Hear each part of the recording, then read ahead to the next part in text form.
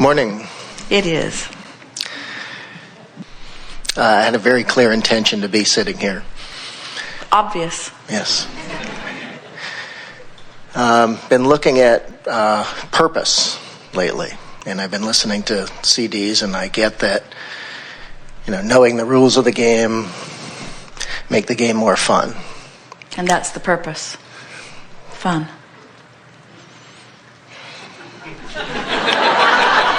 You're done. I am. Is that shocking? That it's for the joy, for the fun, for the exhilaration of life? Is that shocking? Esther noticed something the other day. They travel. They are rarely at home. They are almost always in their bus on their way to something wonderful like this. And Jerry just has project after project that he just cannot wait to dig into. And for a long while, as Esther learned to play with Jerry, she did everything in her power to help him get his project accomplished and off his desk. She carried a notebook around. She'd wait for him to suggest something. She'd write it down, and she would move heaven and earth to achieve it. She got rid of that notebook years ago because she discovered that he does not want an ending to his projects. His goal isn't to get his work done because he likes doing his work that brings him joy. And it was a shocking revelation to Esther that she'd never known anyone who did what he does because he likes doing it, and then because he likes doing it continues to do what he does. It was a whole new concept to her because Esther always did what she had to do. It started with cleaning the house when she was a little girl. There were certain things that had to be done, especially when she went to her cousin's house. Her cousin, who she always wanted to play with, had a very taskmaster mother, and they were not allowed to go play together until a certain number of things were done. And 90% of every Saturday was spent doing the work before the play could begin. And then you go to work. Most everybody talks about their off time, their work time, and it gives you a sort of distorted view. And we're wanting you to understand that when you get it in your vibrational craw, that everything is for the joy of it, and you decide that if you can't find joy in it, you will not spend time in it. But that doesn't mean that you will stop doing everything. It means that the things that you are doing, you will look for the joy and the fun within them. Once you start lining up with that, you'll line up with Source, and you will have clarity and empowerment and stamina and vigor and life flowing through you in a whole new way. And then you can do anything you want to do. There are endless subjects that you can apply that collective consciousness to, you see. Nothing's fun if you're not tuned in, tapped in, turned on. If you're not lined up with energy first, everything you do is hard. But if you look for the fun first, if you look for the joy first, so you're tuned in, tapped in, turned on, now whatever you turn your attention to will be life-giving, you see. Yeah. That was good, wasn't it? So now what?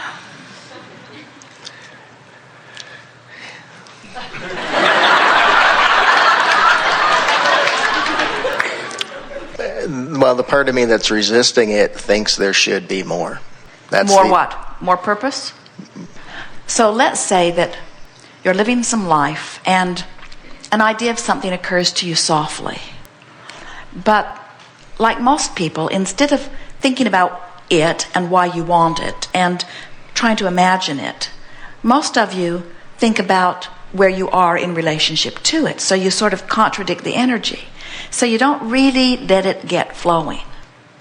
So it doesn't gather any momentum. So when you want it but,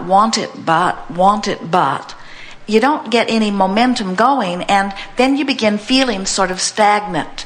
And it's sort of like the stream's beginning to flow, but you're not going with it, and the stream's beginning to flow and you're not going with it. And that's that feeling of like, I need more purpose. I wish I could find something that I could turn my attention to.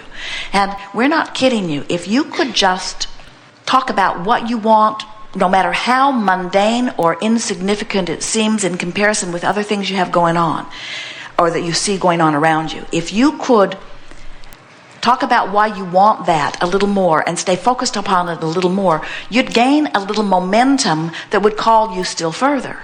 Don't be hard on yourself. In other words, you are where you are, and we think we've convinced you that the stream is flowing a little bit, and that's what we spent the last several minutes wanting to do anyway. And so we're talking about this stream flowing, and first thing, you sit down and you say, but don't I need purpose? As if we hadn't been talking for the last several minutes about this stream that is flowing, which we want you to understand is your purpose. We think sometimes what happens to humans is that you are so upstream oriented that you can't find a downstream purpose. Downstream purposes look too frivolous. I need an upstream purpose. I need a cause.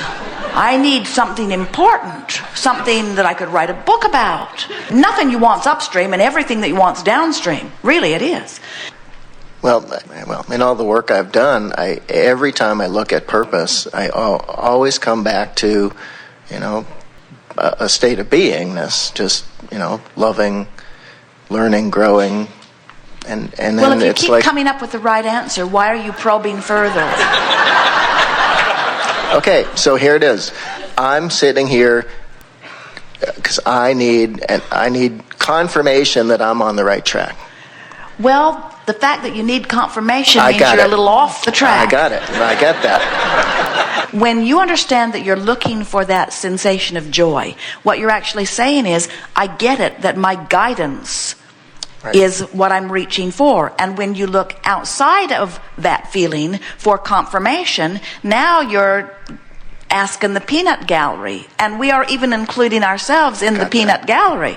You're asking something outside of you to confirm the rightness or the wrongness of your direction. And everything that we're about is wanting to turn you inward to that awareness of that feeling. We think that you don't understand the swiftness of the current.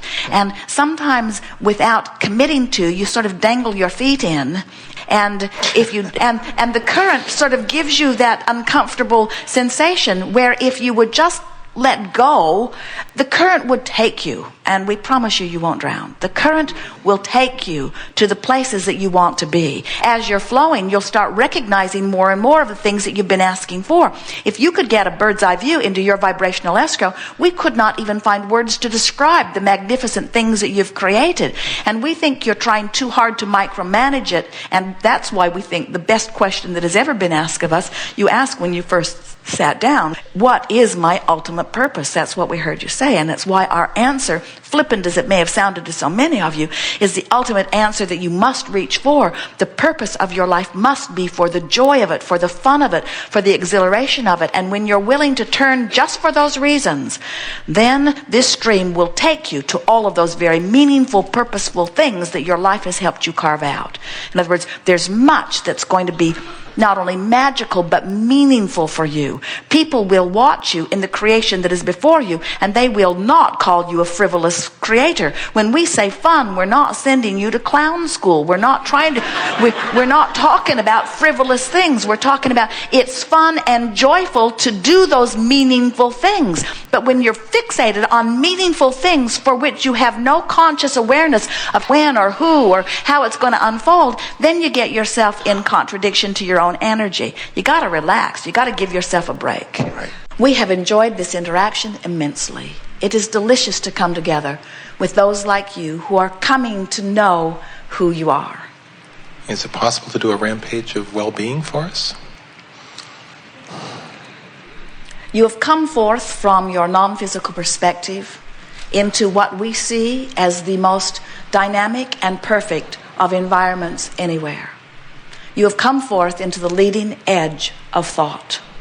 And you did not choose it lightly. You chose it deliberately and powerfully, with all of the defining power that you as a source energy being have.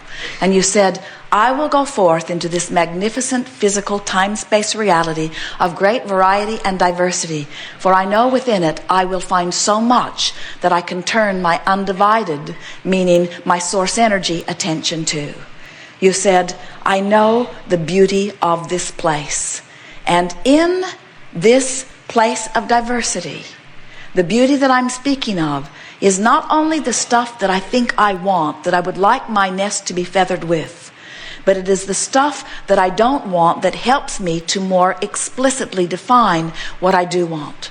I know that I'm a creator and that I need an environment, a palette of paint, if you will, from which to paint. I know that I need an environment that helps me to focus my mind and choose. And I've chosen in this time, in this body, under these circumstances, this time-space reality, because I knew then and I know now that it will evoke within me clear desire, and that the larger part of me has now, there it is again, become it. I understand, here in my physical body, you say, that my work, my only work, is to come into alignment with that expanded being that I am. And when I do, the look of this place is almost beyond verbal description. As I walk amongst the people, I see the variety of who they are, and I see the power and cleverness of who they are, and I see even more that which they are becoming. And so, in the war, and in the confusion, and in the argument, I see not just improvement. I see a new world erupting, because I see the expanded version of life as a result of mass consciousness's individual focusing in its individual perspective. I stand in my physical body, you say, and I'm living my life as broadly as I can.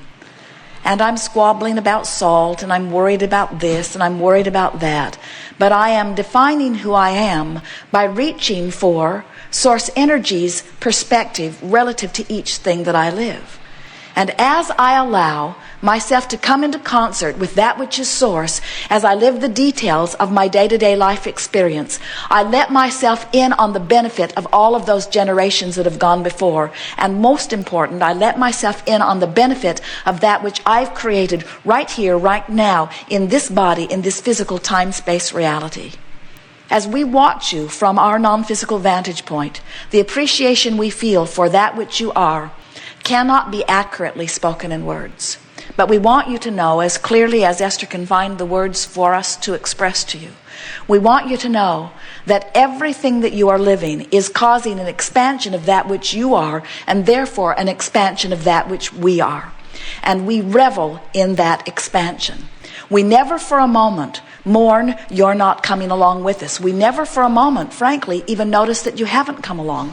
We do not look back and wonder if you're there. We only look in our undivided fashion at that which you have carved out, because we know that as we look at that which you have become and hold a steady gaze upon it and offer a vibration only about that if you're listening carefully enough, you will catch the call of source and you will begin moving in the direction of it. And maybe some of you will move closer in the direction of it today, and maybe some of you will not move there until you croak and come all along, but every single one of you without exception will come along with that which we have created. And in all of that is joyful expansion. You did not come into these bodies to have growth. You came into these bodies because growth was inevitable and you wanted to enjoy that growth. The basis of your life is freedom. You did not come to make something happen. You came forth because you knew the happening would be inevitable, and you knew you would enjoy the leading edge perspective of it. Nothing is broken in your world. Nothing needs to be changed. Nothing needs to be different. And yet everything is constantly changing, because it is the inevitable nature of that which is eternal.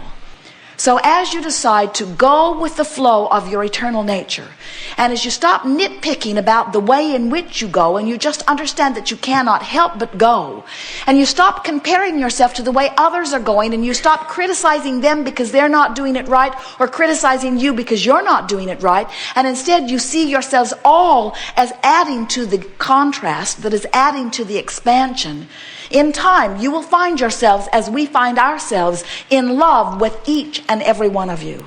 And when you love others as we love you, you're going to remember what source is, because you will be it. There is great love here for you. And for now, we remain eternally incomplete. Thank you.